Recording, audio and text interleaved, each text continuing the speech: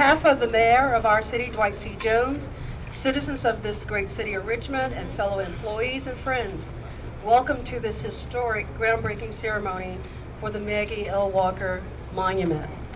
To all of our federal, state, and local officials, thank you for your presence.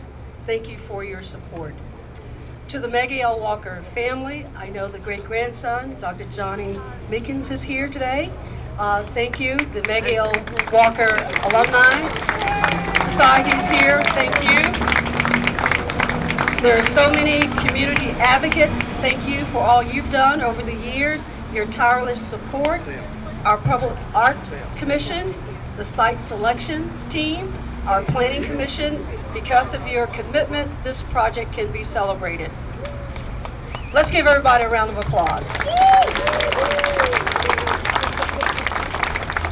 This is truly a momentous occasion for our city as we celebrate this tremendous milestone in our history, both in the Commonwealth and in this great country.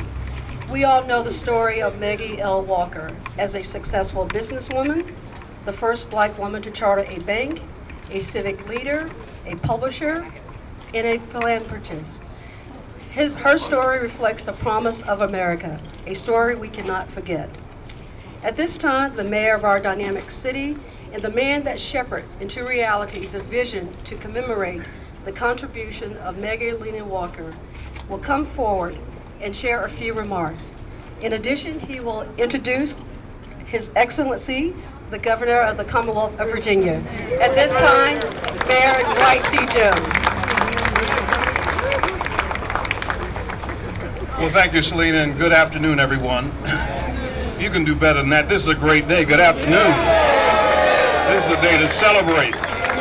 It's a day to celebrate something that we've worked on for a very, very long time. And I know that it is a day that makes us all extremely happy and extremely proud. I want to recognize members of the General Assembly that we failed to mention, Delegate Bagby and McQuinn that are here. Let's give them a round of applause. Thank you for being here today. And to all of the Maggie Walker supporters, the Dragons, if you're here, just come on, make some noise.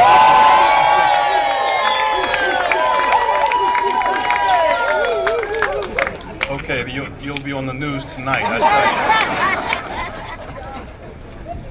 We have a great city, but you know, it's important for us to have a sense of place. You can live in a city and you can be somewhere, but if you don't have a sense of place, it does something to diminish your self-esteem. It does something to diminish your sense of belonging. I remember when I served in the General Assembly of Virginia, that I would walk the grounds of the Capitol and never see anything that looked like me. And we worked hard to get the Civil Rights Monument established there. And I remember how it made me feel better to be on those grounds and to serve in that august body. And we've worked so hard here in the city of Richmond to establish a sense of place. The Black History Museum here in our city was just recognized in the New York Times today as a great place to visit, one of the great places in the country to visit. And that means that we're establishing a sense of place.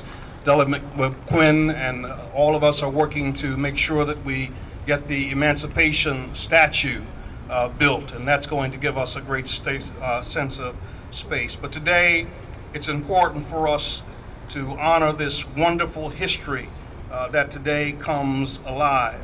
As we celebrated this weekend, the National Museum of African American History and Culture in Washington opening, it took 100 years to get that done. But they got it done because they never fell back. They never decided that it was too much for them to accomplish. And we've had our difficulties in getting this done today, but we're not going to rehearse the difficulties. We're going to celebrate today the fact that we're here. We're going to celebrate the fact that through all of the stumbling blocks, through all of the challenges, we've been able to make this happen. And I wanted to make sure that it was on Broad Street, not Back Street, not First Street, but on Broad Street. And so we're here today to honor the wonderful contribution of Dr. Maggie Lena Walker. She made a huge statement through a quiet, persistent life that today still resonates. the daughter of a former slave, grew up helping her mother run a small laundry service, the Independent Order of St. Luke, the St. Luke Penny Savings Bank that turned into Consolidated, and all of us have been through the walls of Consolidated. Some of us have borrowed money from Consolidated, and so it is a wonderful legacy that we honor here today. From there, she went on to become a political activist working for women's right to vote. And now we not only have women with the right to vote, but we have a woman who might be the President of the United States of America. She was a member of the First African Baptist Church. Dr. Rodney Waller is here today, pastor of that church. And she was a part of the community. And so often we have leaders who are adjacent to the community and not part of the community. But Maggie Walker was in the community. And she taught us great lessons about how to handle ourselves and to handle our money. She preached self-help and she preached self-sufficiency, not to be dependent upon anyone. And so today we lift up her legacy, and we are proud to be able to recognize her as the great woman that she was. And if anyone deserves to have a monument on Broad Street, it's Maggie Lena Walker.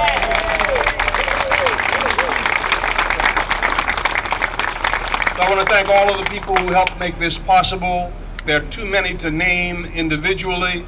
The Public Arts Commission, City Council. I saw Chris Hilbert, who was here from City Council, and other members of City Council who are present.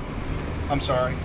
Yes, Angelesto is here from the 5th District. Thank you for the help that you gave to this. Also, we want to recognize the architect or the sculptor, Toby Mendez, who has done a wonderful job in making this happen.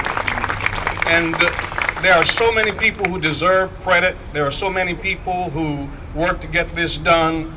But if there's any one person that deserves a shout out today, it is Melvin Jones.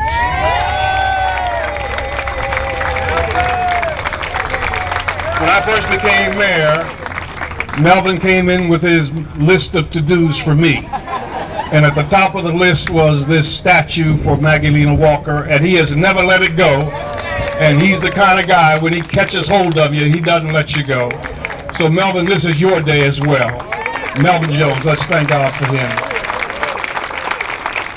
Now, I have the great privilege of introducing the greatest governor in the United States of America. Help me welcome Governor Terry McCullough.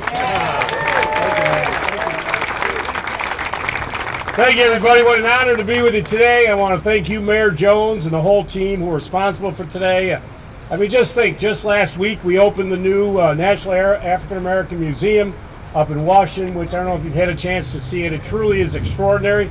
Yesterday, right here in Richmond at our beautiful airport, we got to welcome the first African American president of the United States of America. And I just left my office where the ambassador from South Africa and I've been meeting for the last hour to discuss trade deals between Virginia and South Africa. So, I mean, Maggie Walker would be very proud today of what's going on here in our great state and in our great city of Richmond. I want to thank everybody who worked so hard. As you know, Maggie Lena Walker, as you know, experienced racism throughout her entire life. But you know what? She never was going to let herself be defined by others. She built a successful life for herself, and she most importantly built a successful life for countless of thousands of African Americans throughout this state and throughout the United States of America and so many others. And to fully understand her accomplishments, it's important to remember that she did, as the mayor said, face so many different obstacles. Her parents, as you know, were not allowed to marry because her mother was African American and her father was white. As we know, Virginia at that time had a law that prohibited interracial marriage, and in fact, we will soon have the Loving movie, which will be coming out in motion pictures to theaters all over the United States of America. As a teenager, Maggie and her classmates boycotted her own high school graduation. After successfully petitioning to have the ceremony in the Richmond Theater where white students graduate, they told that families, if they did it, would have to sit in the balcony. Even at that early age, Maggie had a vision for a better world. She had a very strong gift for seeing into the future and the skills to help her and others achieve their goals. When she looked into the future, she saw a society which her mother and other mothers did not have to work long days and long nights doing laundry to support her family. Instead, she saw African Americans building factories, hiring workers, and producing products that could be sold in businesses that were also owned by African Americans. And she once said, "I am consumed by the desire to hear the whistle of the factory." Make no small plans. Small plans have no magic to stir people's blood. Let us be strong, and let all of us always make big plans. She began pursuing that vision as a child. She learned to read at an early age from the Bible. She later attended a normal school for teachers that was started by the Freedmen's Bureau, and she became an elementary school teacher. As she became engaged in civic life, she began the first of so many pioneering endeavors with the creation of an insurance company. And then at the age of 36 years old, she established St. Luke's Penny Savings Bank to keep resources of the African American community right here to fund education and to fund homes and businesses. And that money shouldn't be going to white banks. It should be coming to the people who are putting that money in there. And that was truly extraordinary at that time. As we know, she was the first woman bank president, and she was a success from the first day when that bank stayed open every day till 11 o'clock at night so that she could assist the men and women who were lining up to become customers. She gave out little small boxes to children, encouraged them to put their pennies in it and to return them when the deposits were full and the boxes were all full. Just as she did when she was a teenager, Maggie Walker was always ready to confront any injustice that she confronted. She established a newspaper that opposed Virginia's poll tax and a literacy test as a means to restrict African Americans from voting. You've all heard me talk about how on the steps of that Capitol in 1902, a state senator put a poll tax, a literacy test, and a disenfranchisement of voters into the Constitution. And he said, quote, "We are doing this to eliminate the darky from being a political force in Virginia." Well, that did not sit well with Maggie Lena Walker. When women gained the right to vote, she registered and visited City Hall so many times to demand that they hire more people so that they could register African American voters. She also supported a boycott when Richmond streetcars began to segregate seating by 1904. And guess what? Because of that boycott, she bankrupted the streetcar company. Boom! Maggie Walker recognized the economic power of African Americans when they worked together. We know that Maggie Walker's vision today is not fully realized. The fight, as you know, continues for voting rights. Our citizens still face so many barriers to voting. New voter ID laws and racial gerrymandering. Legislators try to thwart our work to restore the rights of men and women who are seeking a second chance. And I'm proud to stand here today after a very long, difficult fight that I am now restoring the rights of 200,000 former felons in the Commonwealth of Virginia. And I know Maggie would be very proud. And let me just remind everybody here on this special occasion that voter registration ends on October 17th. Make sure we're all registered to vote. I would never tell you how to vote, but make sure you vote. I'm also proud to announce in July that our administration is now partnering with the Virginia Outdoor Foundation and a great coalition of community organizations. And finally, we're restoring Evergreen Cemetery, where Maggie Walker is buried. So I'm proud to be here today for this great groundbreaking that we're having. But let us all remember that we need to follow in the footsteps of Maggie Lena Walker. She never backed away from a fight to help her fellow citizens. And let's make sure, folks, that none of us ever back away. The fight for civil rights has been a long, difficult, tortured path. And because it's hard, doesn't mean you don't do it. It means you just lean in a little bit harder. Thank you very much. Thank you, Governor, and thank you, Mayor.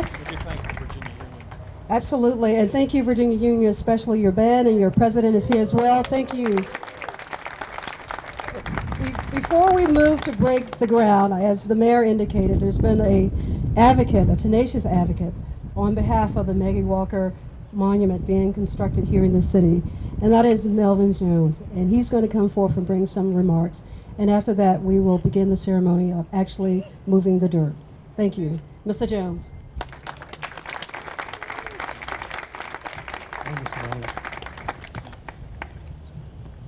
Ladies and gentlemen, everybody here is a part of what's happening. You know, it wasn't just only me, but like the mayor said, I was down his office with petition sheets. I was at 2nd Street getting everybody else out here to do petition sheets. And also, when the governor first came to Richmond, I was sitting in the first seat in front of him, and he said, "I'm the new kid on the block. I'm in your neighborhood." And after that remark he said about doing what he's going to do with Evergreen Cemetery, he's a man of his word. He's a man of his word. I was there and I heard what the man said. But getting back to Maggie Walker, it's just been a, I don't even know what to say. I'm lost for words, everybody. This is nice. This is nice. But Maggie Walker deserved to be right here. And I was here the day they cut that tree down, and we didn't even have anybody protesting. You know, I mean, that was a blessing. And I want to thank all the council people who supported this. Bill Johnson, he had started it a long time ago, and I just picked it ream up and ran with it and started talking to the mayor. And ever since then, you know, everybody else started to work with me. The class of '65, the National Alumni Association. You know, I had, me and Johnny Mickens were down there late at night until the paper was passed. Gerard Barcroft, he was down there with posters holding. We meant we was gonna get this statue of Maggie Walker built here regardless. Right. You know, I spent 22 years in the military and come back to Richmond, and I know I was gonna get a statue of Maggie Walker built regardless. Regardless, I don't care what it took. But also I want to thank everybody that was on the Arts Commission. Sarah, Faithy, I'm sorry, Faithy. And I want to thank Ed's here and Paul D. Squally. I want to thank everybody for all the help. All the help. Thank you. Thank you. Thank you.